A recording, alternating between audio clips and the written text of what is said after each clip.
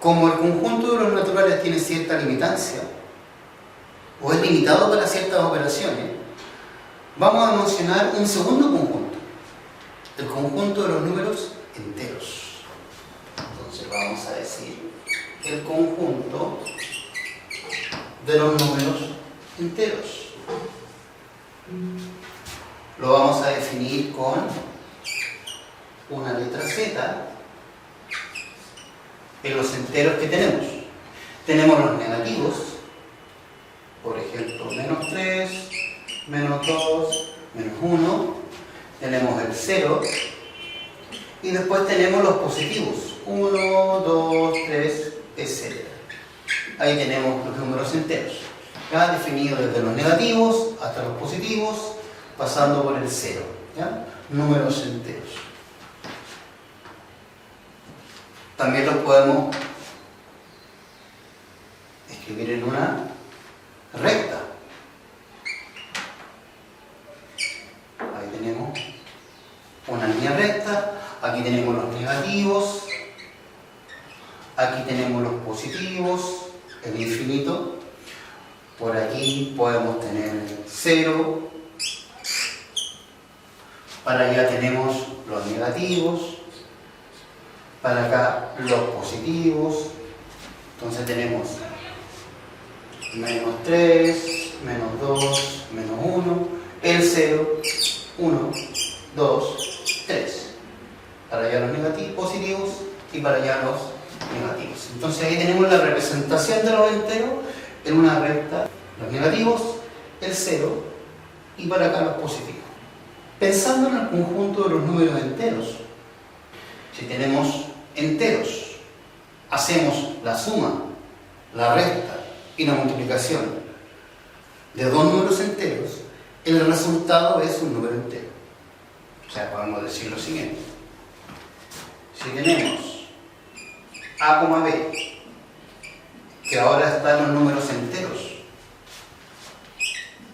la suma pertenece a los números enteros, la resta o diferencia pertenece a los números enteros y la multiplicación también pertenece a los números enteros. A esta propiedad se le llama clausura.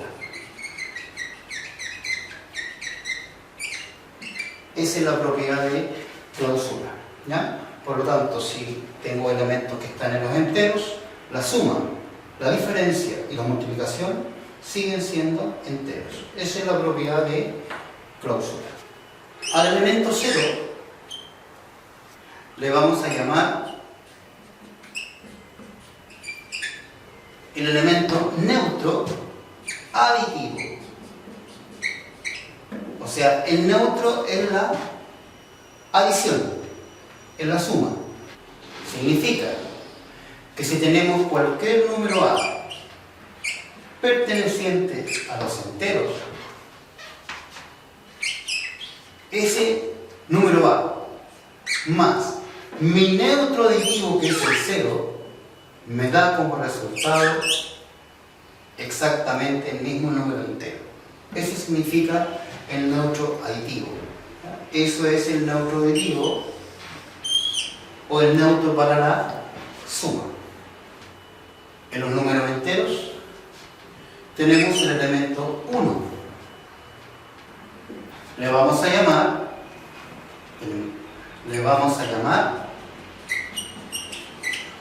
neutro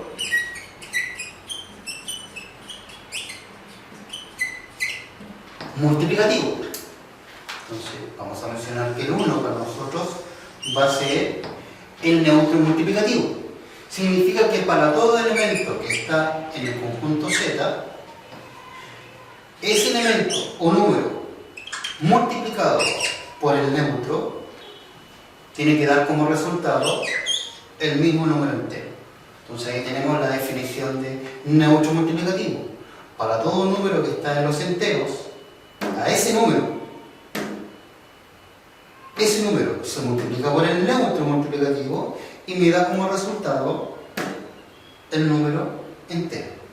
Esa es la definición de neutro multiplicativo. Seguimos en los enteros. Vamos a definir el inverso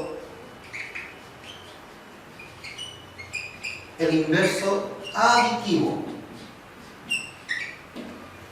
para un número entero A que pertenece a Z. ¿Cómo se define? El inverso aditivo de SA lo vamos a definir como menos A. ¿Y por qué yo sé que es el inverso aditivo? Porque si sumamos el número original con su inverso aditivo, me tiene que dar el neutro, que es 0. Si decimos, por ejemplo, ¿cuál es el inverso aditivo de 5?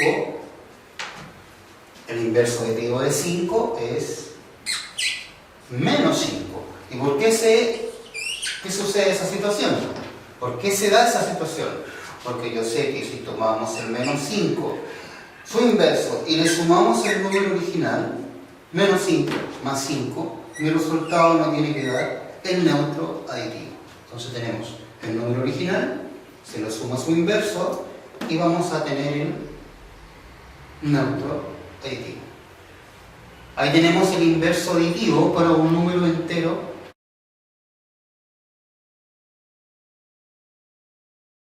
Veamos para los números enteros la regla de los signos. Pero vamos a ver la regla de los signos para hacer sumas o diferencias simples, como por ejemplo,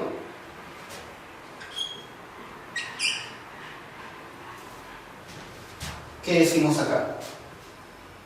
Vamos a restar o hacer la diferencia de 7 menos 2, que sabemos que es 5. Pero ahora, como el número mayor es positivo, significa que mi resultado va a ser positivo. A ver, ¿qué pasa si lo hacemos al revés? 2 menos 7. Sabemos que la diferencia entre 7 menos 2 es 5.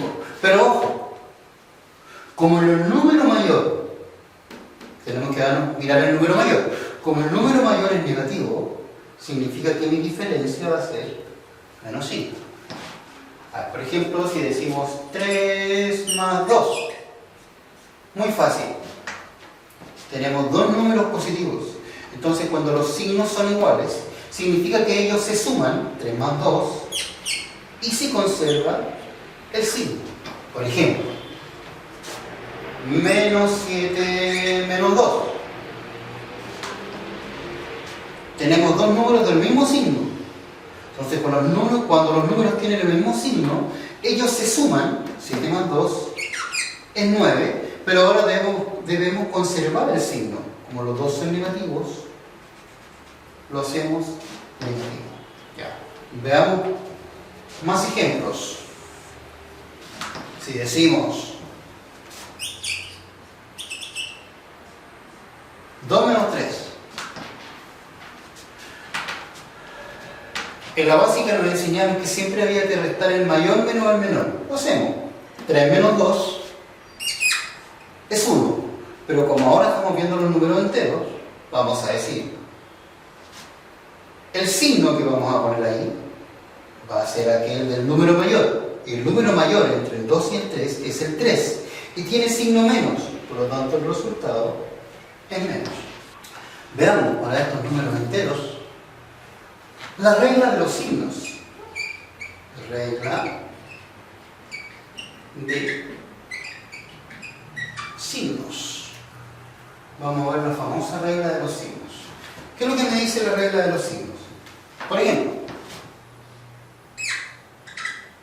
vamos a decir que más con más es más. Si tenemos más por menos, menos. Cuando son signos distintos, el resultado es menos. Por ejemplo, si tenemos menos por más, es menos. Y cuando tenemos signos iguales, mi resultado es más. Por ejemplo, menos por menos, yo sé que es más. Ahí tenemos la regla de los signos.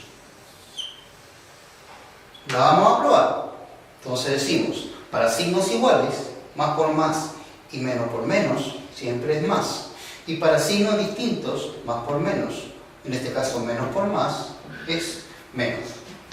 Utilicemos esta regla de los signos. Por ejemplo, si les digo 2 menos menos 3,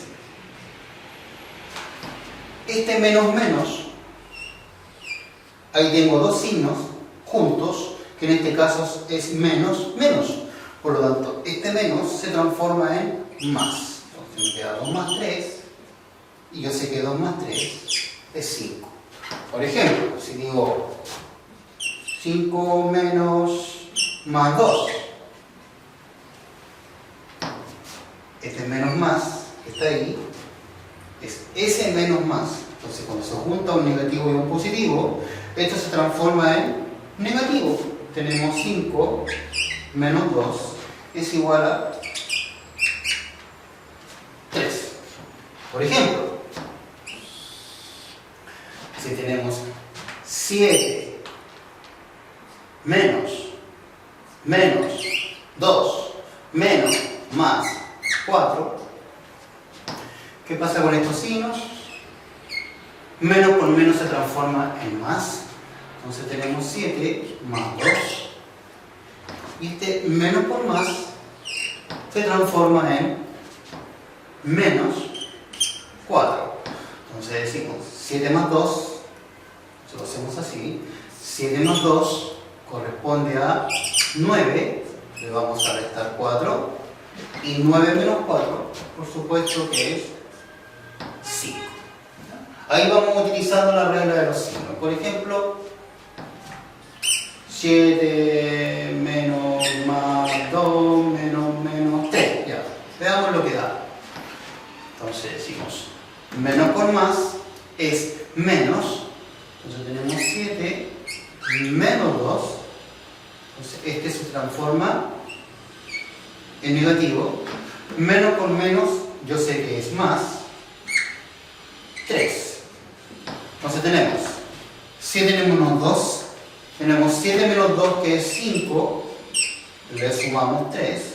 Y eso es 8. Continuamos con los números enteros. ¿Qué significa un entero par? Bueno, un entero par se define como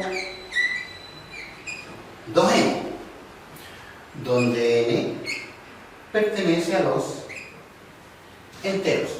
Por ejemplo, los números pares podemos considerar el 2, el 4, el 6, etc. ¿Ya? Ahí tenemos un ejemplo de números pares, el 2, el 4, el 6. También podemos considerar el menos 2, el menos 4, el menos 6, que son negativos, pero también es un número par. Así como también podemos considerar el 0, que también es un número par. Ahora, en los enteros, un número va a ser par cuando yo pueda escribirlo como 2 por un número. Por ejemplo, 36. ¿Cómo yo sé que ese número es par? Fácil, porque ese número yo lo puedo escribir con un 2 por, en este caso, 18. Ahí tengo el 2, que significa que este número es un número par. Por ejemplo, si tengo menos 4, yo sé que el menos 4 lo puedo escribir como 2 por menos 2. Entonces ahí tengo el 2 que va adelante según la definición, que me indica que este número es un número par, sea negativo o positivo, pero es un número par. ¿Ya? Por lo tanto, en resumen, vamos a decir entonces que un número par es un número de la forma 2n, donde este n, recordemos, es un número entero. Y ahí tenemos la definición para un número par. Ya, así como tenemos un número par, también tenemos un número impar. Vamos a ver ahora el número impar. El número impar lo vamos a definir de la siguiente manera. Lo vamos a definir como 2n menos 1, donde n es un entero. Ya, pensemos, por ejemplo, n es un entero.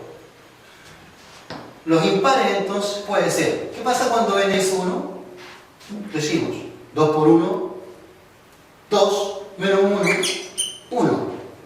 ¿Qué pasa cuando n es 2? 2 por 2, 4, menos 1, 3. ¿Qué pasa cuando n es 3? 3 por 2 son 6, menos 1, 5. Y fíjense, ahí se van generando los números impares. Ahora, ¿qué pasa cuando estos son negativos?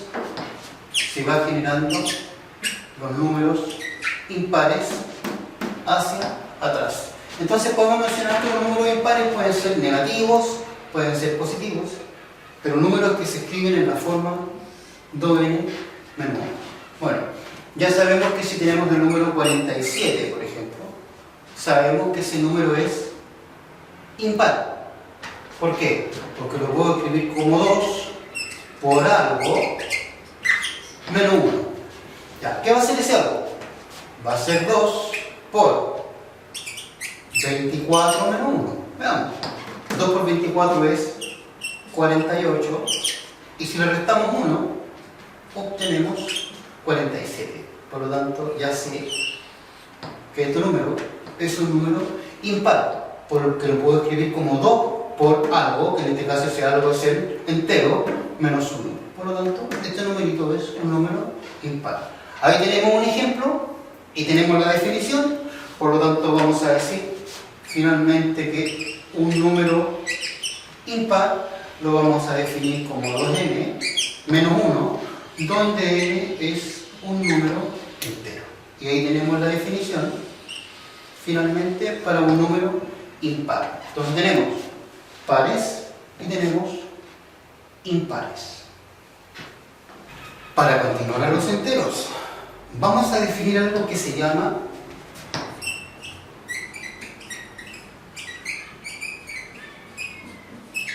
valor absoluto. Valor absoluto.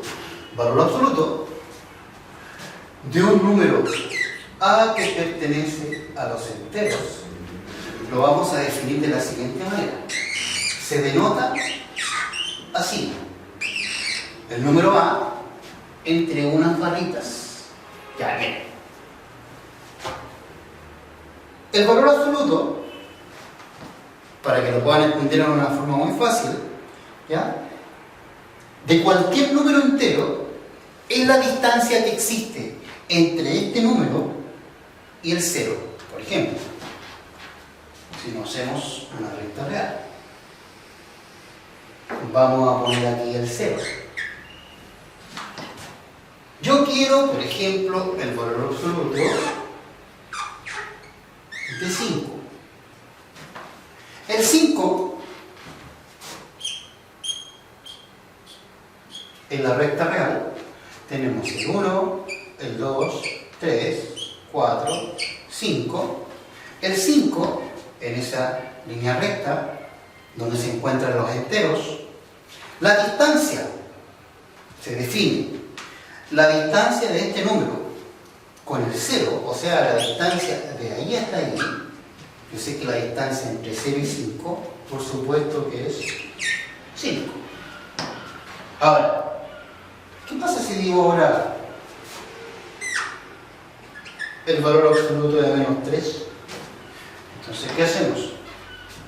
El menos 3 lo ubicamos en esta recta. Menos 1, menos 2, menos 3.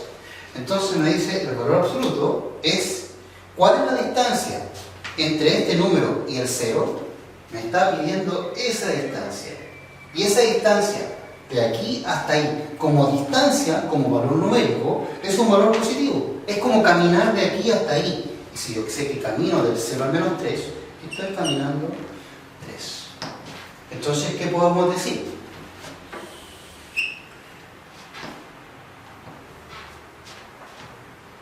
A cualquier número que yo quiera determinar su valor absoluto, siempre su resultado va a ser un número positivo. Por ejemplo, el valor absoluto de menos 2 es 2. Por ejemplo, el valor absoluto de 0 es 0. El valor absoluto de un número positivo es el número positivo. Ahí tenemos ejemplos, un negativo, el 0 y un positivo, donde siempre los valores absolutos me quedan positivos. Así se define el valor absoluto, que es la distancia entre el número y el 0. Si el número es positivo, como en este caso, calculamos la distancia entre 0 y 5, que es 5. Y si el número es negativo, como en este caso, calculamos la distancia entre 0 y menos 3. La distancia siempre es positiva, que es 3. Y ahí tenemos ejemplos de el valor absoluto para un número entero.